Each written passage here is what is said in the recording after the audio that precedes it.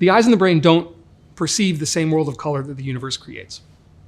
What we think of as color is like all the other senses, just an approximation.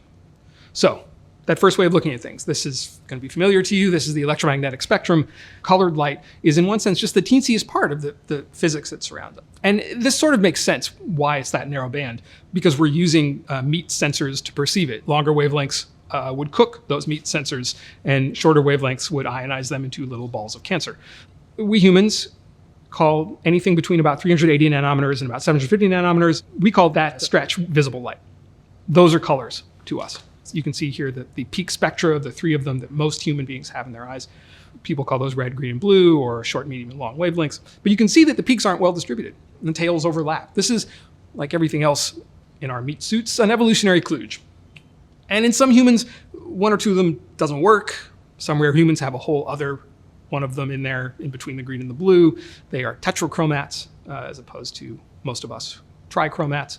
But the wavelengths it responds to still fall inside the range of what we tend to call visible.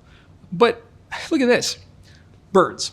Birds are tetrachromats. They see colors way down into the ultraviolet. And bees, they're trichromatic like us, but they don't even bother with red. They're seeing the green and the blue and then ultraviolet. The natural world positively glows to these other animals. We can't even begin to imagine. I mean, we can begin to imagine, but we don't see what they see. They have other colors. And look at this show off. This is a Mantis Shrimp, 12 photoreceptors into the UV and near infrared, jerks. I mean, now, except for the colors out on the edges, most scientists don't actually think that the Mantis Shrimp sees more colors than humans. It might not discriminate among a zillion where we only do a cajillion or something like that. It does do it faster, the connections between those receptors and what passes for a brain in a Mantis Shrimp. I'm not trying to be offensive, but Mantis Shrimp. But the point that I'm trying to make here is that color is quite literally in the eye of the beholder.